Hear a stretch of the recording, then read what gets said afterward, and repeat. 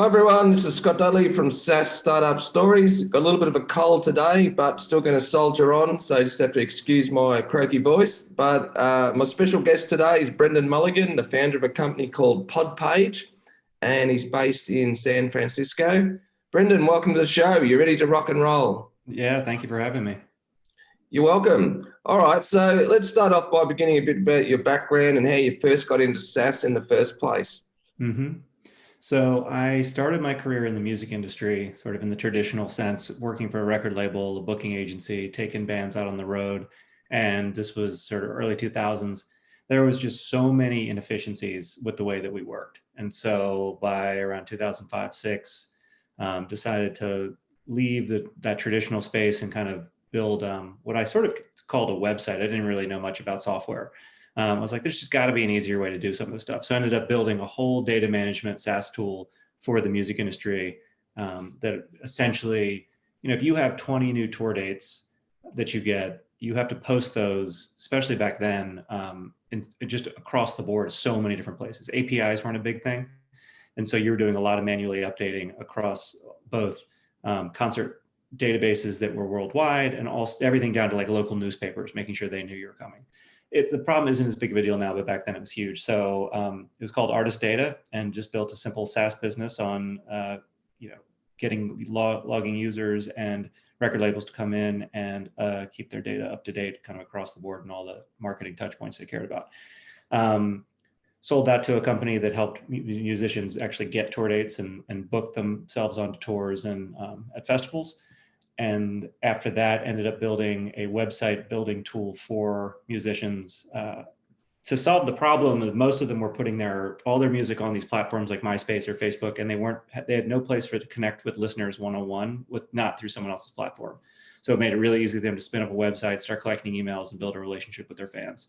And then the next SaaS tool was I sold that to a kind of a bigger website building company, and then went on to did some consumer apps that led to SaaS tools for developers of apps. And that was called LaunchKit. And that basically helped developers after they had launched or finished building their app. It helped them do all the things you need to do to get it into the App Store, market it once it's in the App Store, track it when it's in the App Store. And so Google saw that and had previously bought a company called Firebase, which helped people build apps. They acquired us to join Firebase. So once they finished building their app with Firebase, they could market it with Firebase too. So I spent 3 years at Google and then left last year and have been building a couple different products. And one of them is the one that we connected through, which is PodPage, which is kind of a redo of the website builder for musicians, but it's just targeted at podcasters. So I saw the same exact problem emerging where you're a podcaster, people listen to you through Apple Podcasts, Google Podcasts, Spotify, but very rarely do you have a chance to actually know the human being that's listening to your podcast. And so wanted to make it really easy for a podcaster to click a button, launch a website, start collecting emails, and start building a relationship with their listener. And in addition, get the #1 spot on the Google search results page when someone searches for their podcast. Okay, so are you a developer yourself, or were you hiring someone to do the development work for you?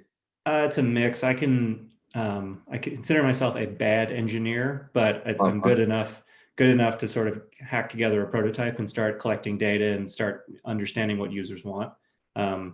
But there is heavy lifting that I don't even try to do. So it's a bit of a mix.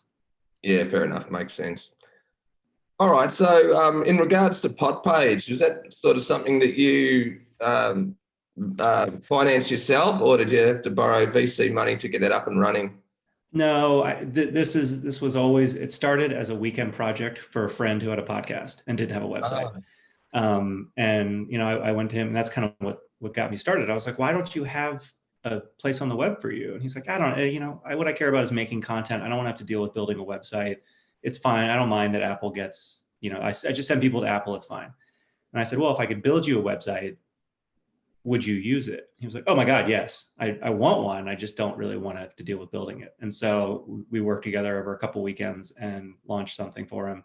And we just saw the immediate impact it had on search engine optimization and people finding the podcast, and gave him a simple place to link to, as opposed to having to say like, hey, if you want to listen, if you're on Android, go here. If you're on iPhone, go here. You could just point everyone to his website. And it was just the easiest way to to get listeners. And then also he had already been maintaining an email list, and he was like, oh, cool, this is another place I can get people to sign up for my email list. So it just sort of started checking a lot of boxes for him.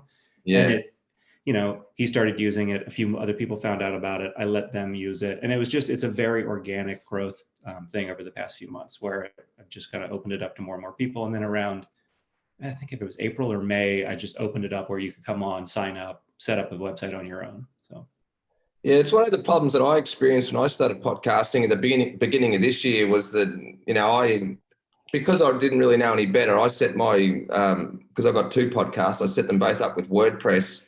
Mm-hmm. And it was a bit of a nightmare because I don't really know the development side of it all, but to get it all up and running, it did take me a bit of time and effort, and I had to hire people. And if I had known about this back in the beginning, then I would have gone with that option for sure, rather than sort of going it the hard way. But in any case, tell me a little bit more about PodPage and what it provides to its users and its capabilities.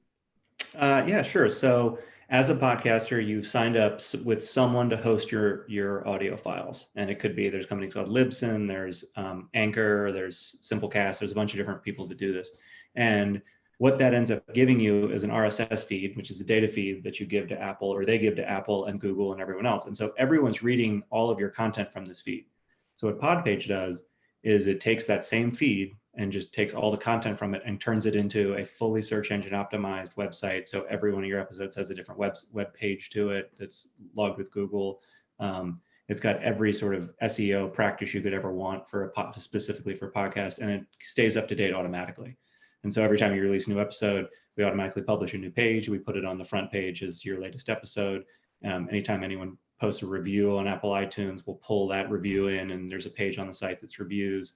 You can set up if you have an ancillary business, like if you're an author and you have a book, or you have a coaching business or something, you can set up custom pages. And so in addition to it being your podcast site, it can also just sort of be the homepage for you.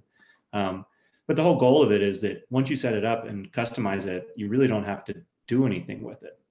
It should just kind of work for you. And then you can get back to focusing on creating great content and distributing great content. And so the idea is, it's a product that should be amazing for 15 to 30 minutes and do everything you need it to do. And then it kind of does everything else on its own, and it works in the background for you. Yeah. So would you say that SEO is probably the main benefit that it provides, the major benefit?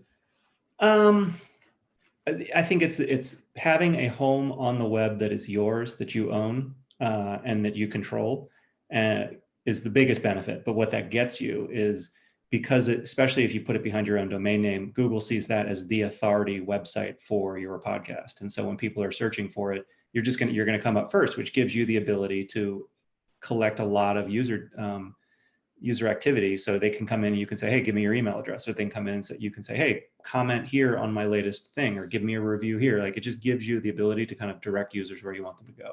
So yes, SEO is sort of ends up being the goal to get people to the website. But once they're there, then you actually have a direct relationship. And that's really what it comes down to. Yeah, fair enough.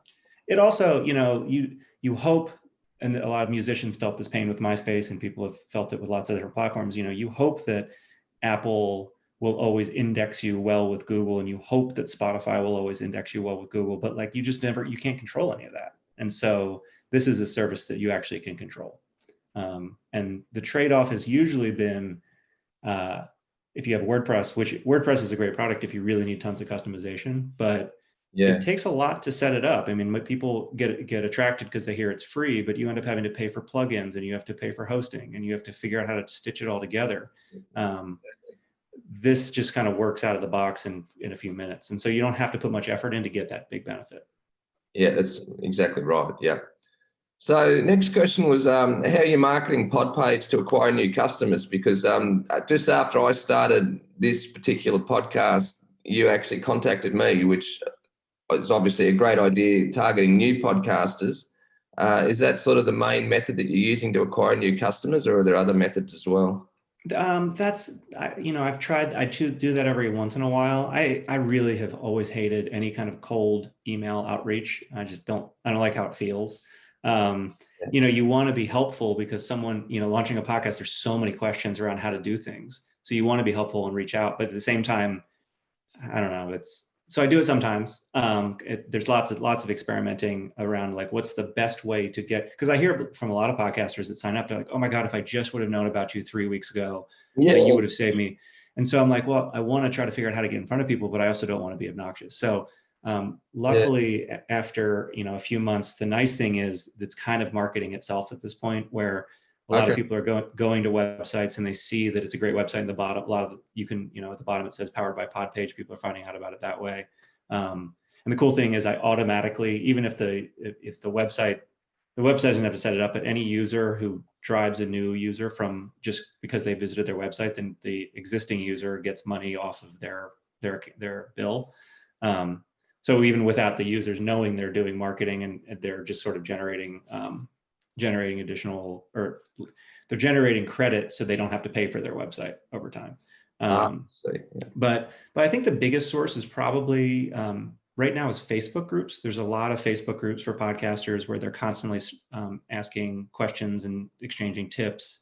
And I would say almost on a daily basis in one of these 5 or 6 groups I'm in, someone says, hey, what should I do with my website? And it's always at the beginning, it was me in there being like, I don't want to be spammy, but I built this thing and I'm happy to like have you use it. Now I'm not even participating, and it's just our users are just constantly in there saying, oh, I used to use WordPress, I switched over to PodPage, it's been amazing. And so this just happened an hour before this call. I found another one that someone asked yesterday, or I guess maybe it was this morning, and it was just so many people had been recommending PodPage in the comments, and it was so cool to see that. Sure, yeah. And I go in, I'm like, hey, if you have any questions, I'm happy to help, but like it sounds, I'm not going to be here pitching it. So that's probably the biggest user acquisition channel. Okay, what about like Facebook advertising or Google ads and stuff like that? You're trying that, or? I'm trying it. I would say it's not a skill set that I'm particularly qualified for. Yeah. Even though I worked at Google, I never spent much time like messing with the ads products. And so I have put what probably anyone who knew what they were doing would a campaign up on Google Ads that people would laugh at because it's just so basic. Yeah. And I have someone who's trying to help me figure out. The problem is like, there's not a ton of search traffic for podcast websites. So it's not necessarily a great channel. I would love to, which is fine with me. I would love if someone was searching for it to make sure that show up, but it's not something that I'm, you can't throw a ton of money at it because it's such a small niche product. And for Google, where Facebook, I think I have some retargeting ads up, which are somewhat helpful, but again, it's just not something I know much about. And so, I'm very good at product design, listening to users and building features for them. So when it comes to, the way that I've always tried to win users over is just making users happy and having those users go out and tell the rest of the community. That's always worked the best. It is so much harder and it takes such a long time because it just, that kind of stuff takes a long time for you to see the results of the effort, but it's a lot stickier. So, yeah, it's more powerful. Makes sense. The other thing I do for completeness is I have tried doing like different sponsorships of podcast newsletters, and we were just a sponsor for PodFest Mastermind, the conference that happened this week. And those are always great because it's reaching new community, and anytime I can like kind of run a session or can actually talk to podcasters, because for me it's all about just I love having new customers and new users, but mostly because it gives good feedback so I can continue to shape the product to be more appealing to everyone. So yeah, it makes sense.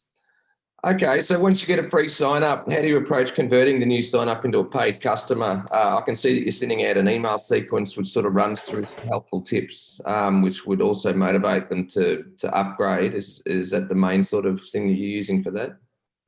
To be honest, this is a little bit of a blind spot. It's funny you mentioned the tips thing. I actually just signed up myself for the product again 3 days ago, so I could experience that first user, just see getting those in the inbox. And I just feel like they're so bad because I'd made them 3 or 4 months ago. So I need to update them. I think that's a big opportunity. It is, yes, yeah. We have a lot of people signing up. So the way, just to clarify, the way the model works is there's basically 2 tiers. You can have a basic website, which is essentially just like you get it's fully SEO'd, episode pages, homepage, media players. Like it's a great website, and you can have that, or you can have a pro website that just has a ton more features, a lot more customization, review importing, and tons of other stuff. So And then for that basic version, it's free unless you want to add your domain name, and then it's $5 a month.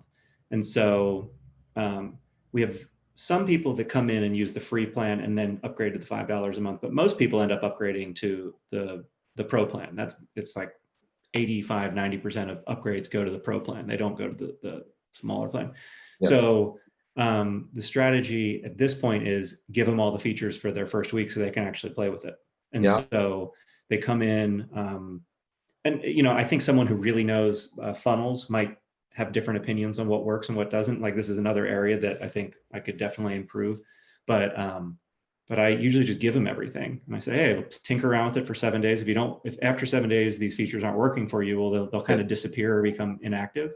But try them. And so that's the main driver. But I do think that whole part of the funnel, like once people have signed up and created a site and getting them to the upgrade to that top tier, that's a huge area of improvement. And I think it's like, I just need to I spend way more time building new features than I do marketing new features. And so, which is just a mistake, but I enjoy building stuff more than marketing it. So I think I need to do a better job in telling you why to upgrade, helping you, like giving you the features so you can learn why you should use it is great, but I should be better about like actually holding someone's hand as to why the upgrade is a valuable thing to do. Yeah, that's a good point. I would agree with that. So some people that start, or probably a lot of people that start podcasts, they probably do 3 or 4 episodes and then they stop. So I'm just wondering if there's any sort of methods that you'd use to reduce churn and keep turning or paying customers, keep them returning. I mean, the people that have got an ongoing podcast, obviously, and they've started up with PodPage, and they're going to continue with it. But there would be, I would imagine there'd be a lot of people that would start up and then stop. Have you noticed that, or? I think I'm a little early to notice the real effects on that because we're only a few months old. Okay. I did start noticing the thing that happens actually more than anything else is that like a credit card will decline, and then and then I haven't optimized I use Stripe, and I know Stripe sends out an email, or I think Stripe sends out an email, but I'm kind of relying on them. I'll sometimes reach out to the customer if this credit card's been declined 3 times in a row, because the way Stripe tries to rebill, and I'll reach out and be like, hey, are you getting these emails? So I lose more people just because of like a credit card decline than someone explicitly saying, I'd like to cancel my account. That's one thing I've noticed. And to counteract that, I added an annual plan so they're not getting billed every single month. So when I first launched it, it was $5 a month and $15 a month, billed monthly. That was the only option. And actually, to be fair, the day I launched it, it was only annual plans. And like the first 5 people who said they wanted to sign up all wrote me and said, hey, can I pay monthly? Like 100% of people. And so I think because it was new and they wanted to try it out and they didn't want to make a commitment. So I switched it to monthly and ran with that for 2 or 3 months. And then I had a lot of people said, hey, I want to pay. Can I get a discount for paying for the year? So I added an annual plan to that top tier. And so it was $5 a month, $12 on average a month for the whole year, or $15 a month to pay monthly.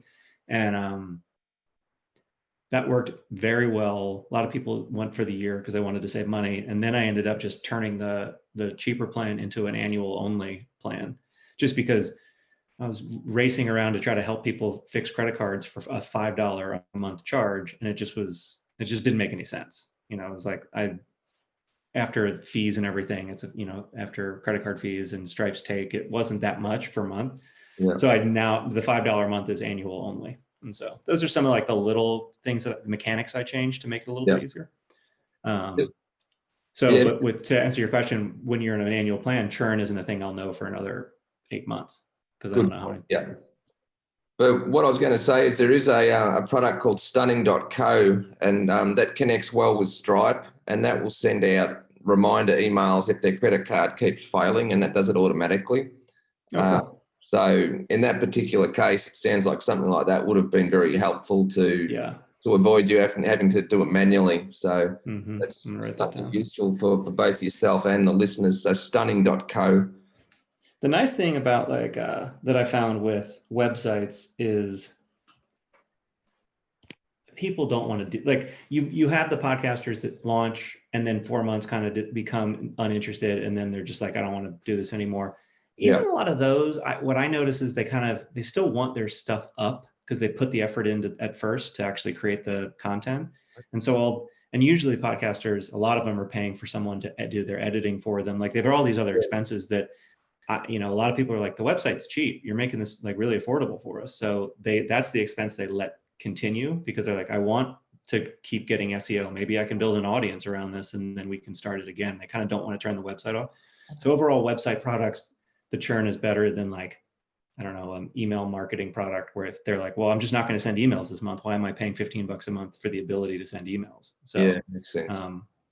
That's the nice thing about the website stuff. Yeah. Okay. So what are your favorite online tools and platforms that you use to run your business?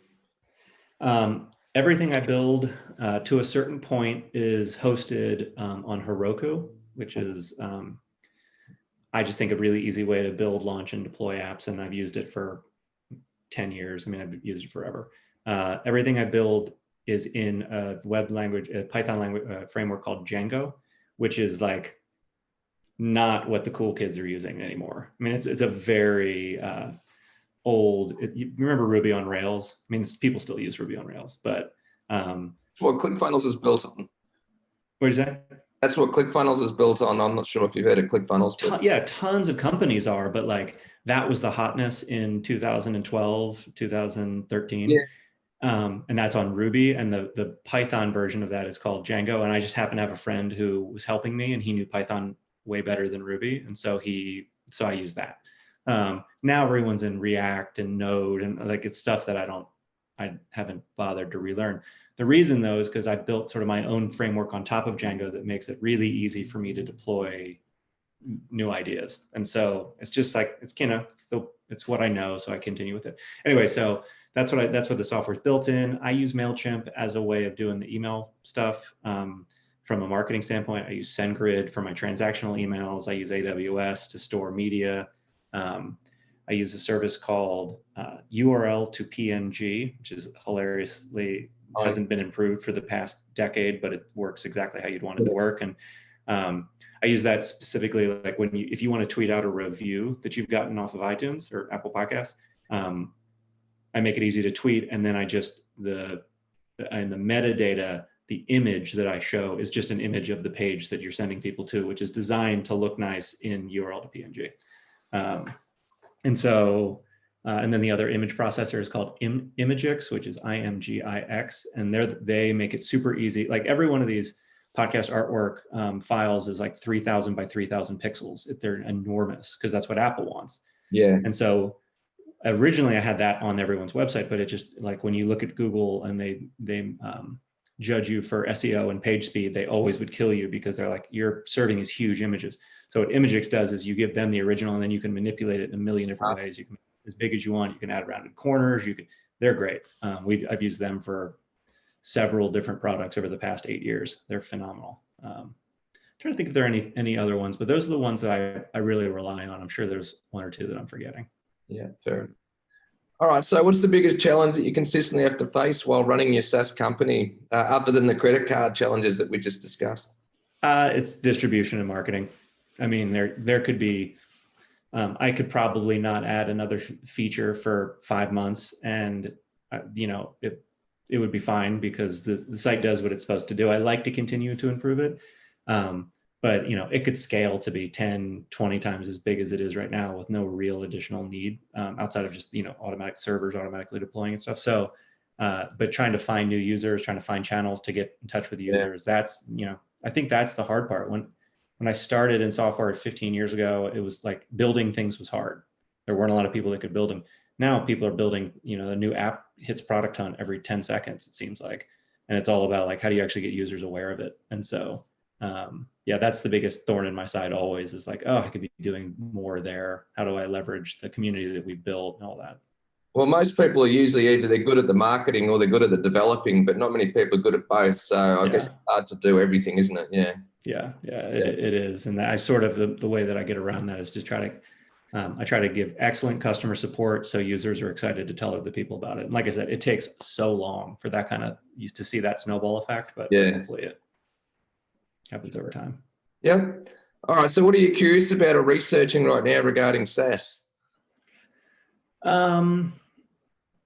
It's a good question. I think I'm always interested to see, and I haven't seen a great example of this. Like, so I have, thousands of podcasters that are using PodPage, and they're all facing similar challenges. And I want to learn from them about what they want. And I want them to help each other with using PodPage and being great podcasters. And I haven't seen any service that helps bring together a community like that for a product. Like I've seen people who are like, hey, join my Slack channel because I'm a podcaster. Hey, join my Slack channel or join my Facebook group. Like that's how people are doing it. And I think it's PodPage has a Slack channel. It's not very active. I feel like there's so many Slack channels I'm in that are not active, or Slack teams that I'm in that are not active. People come in to ask questions and get in touch with me, but they're not helping each other like I'd like them to. And I just feel like there's an opportunity there. Like, people ask me the same question through Intercom, which is our little help widget. People ask me the same questions every day. And sometimes they'll ask me in like our Slack channel. And if someone else is online, a lot of times they'll answer it. And so I don't know, I just feel like there's still this, like I have a huge user base, but I'm not leveraging them as a community enough. And I think I'm always curious to see what apps are coming out around that. Problem is that I don't want to tell my users, hey, go sign up for this other app. That's always a pain. And that was actually the biggest problem with Slack, is that I tell people, hey, join our community. And a lot of our podcasting clients would be like, I click it and I'm taken to something called Slack. What am I supposed to do with Slack? And so, and for people who want to join the community, it was too much. For people, or it was fine. But for people who just wanted to ask me a question, that's when I moved over to Intercom, because I was just like, people should be able to click a button and get in touch with me in 2 seconds. So yeah, make it easy. Yeah. But I think that's like, I think, in everyone who's building a community, whether you're like an author or influencer or whatever, like the stronger your community is, the more you can do with that community. And so if you're a blogger that has a big community, you can do a podcast or a book, and suddenly you can move your community over to consume it. And I think the same goes for software developers. Like I want everyone to think of PodPage as like, this is solving problems for me for being a podcaster. And then I can release additional tools to that same community. But I just, making sure that they don't see me as just like, oh, it's this thing I use. Like it's a thing they're a part of versus the thing they use. I think no one's really cracked that very well. Yeah. Okay. So who are the biggest influences on your career? Or is anyone that like you're following in the SaaS industry? Or I think honestly, I don't think I can point to any one person. It's changed over time. Obviously, when I was in music, I had a totally different type of influencer that I was following. When I moved onto the tech side, I think for a while it was like, as I was learning I didn't even know what a startup was. So I was like trying to figure that out and following venture capitalists. And then I was wanting to follow entrepreneurs to figure out how to raise venture capital. And then I did that. I think so then I was like really interested in founders that were creating these huge companies, venture capital funded companies. Revenue might not have been important to them at the beginning because, that whole cycle. And I think at this point, I'm interested in I think there's this movement for, some people would say solopreneurs or whatever, these people who are like, I don't need to raise a bunch of venture capital. I don't need to even change the world. I just want to find interesting problems to build a really great little solution for that is a wedge to bigger things. But how do I build instead of how do I build $1 billion a year business? How do I build $1 million a year business? And there's so many people who are exploring that. And that's what I'm most interested in right now, is seeing what those people are doing, because it's such a creative group. Because you find these weirdest little opportunities that people are able to turn into businesses. Okay. All right. So just to wrap it up, where can people go to find out more about PodPage? Easiest place is podpage.com, podpage.com, or PodPage HQ on Twitter, but not super active there. But yeah, hit up the website if you have any questions for me. If you go to the website, there's an intercom button in the lower right, and I'm the person that you'll hear back from. So always interested in feedback and any questions. Yeah, and of course you've also got that free account that people can start up with as well if they want to try it out before they have to start actually purchasing it. So that's Yeah, and that free account, it's not a free trial, it's free forever. So there's a ton of people who use PodPage as their main website and they never attach their own domain to it. And so you don't need to pay anything to do that. Excellent. All right. Thanks a lot for your time today, Brenden. Really appreciate it. Take care and thanks for your time. Yeah, thanks for having me. Okay. Bye.